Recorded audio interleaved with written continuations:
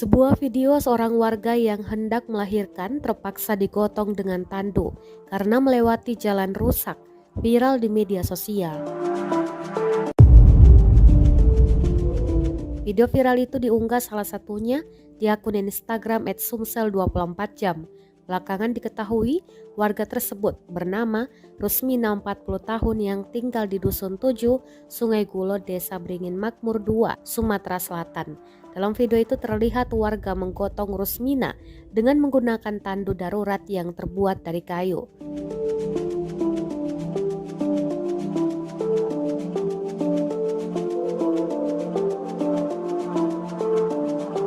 Mereka pun berjalan di atas tanah merah yang berlumpur dan sulit dilewati oleh kendaraan.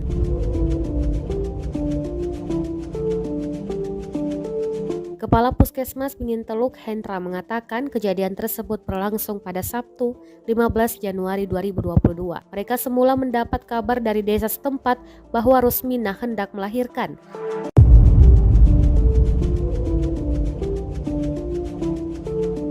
Lokasi rumah Rusmina yang jauh membuat mereka akhirnya membawa ambulans untuk menuju kediamannya. Namun curah hujan yang tinggi membuat akses jalan yang dilalui menjadi sulit dilintasi karena berlumpur. Warga yang memiliki mobil pickup pun sempat berupaya membawa Rusmina dari rumah.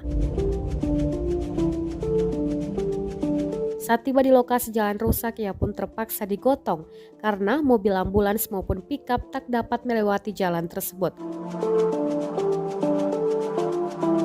Setelah tiba di puskesmas, Rusmina ternyata tidak bisa melahirkan secara normal, sehingga ia pun kembali harus dirujuk ke Rumah Sakit Ibu dan Anak, Kota Lubuk Linggau untuk proses persalinan.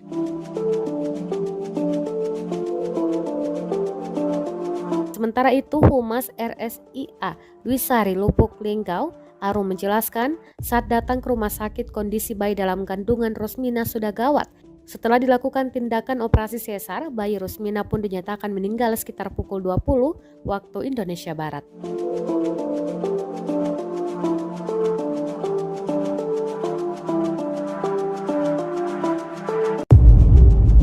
Terima kasih sudah nonton.